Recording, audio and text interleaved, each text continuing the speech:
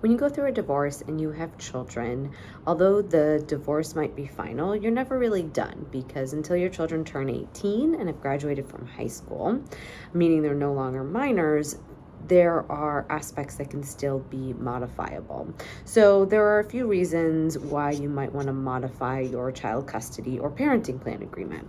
The first one is if one parent moves. So even if you are both remaining in the same county, so there's no need to get a move away order, it's very possible that the move will impact where and how the parenting plan stands, because especially in a county like San Diego, one person could live up in Oceanside and one person could live down in Chula Vista, and that's a long drive to figure out how to make a current custody plan work.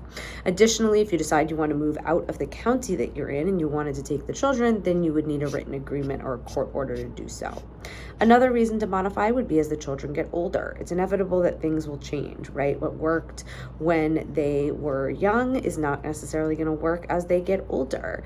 And so when you're putting together a parenting plan, you may have thought of things like how long can they spend away from either parent, how often they want to go back and forth, and whether they need to spend time with more parents. And so what works when a child is maybe 2 is not necessarily going to be the same as when they're 5 or older.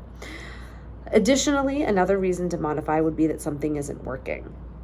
And, always a valid reason to modify a child custody agreement is that something isn't working. When we craft these agreements in mediation, or if there's a court order, we can't anticipate everything that's going to happen. And so it's inevitable that something might happen and you need to make changes. So I think ultimately it's okay to admit that something isn't working and that changes need to be made. And hopefully your co-parent is responsive to working with you and making those changes, all of which can be done through mediation.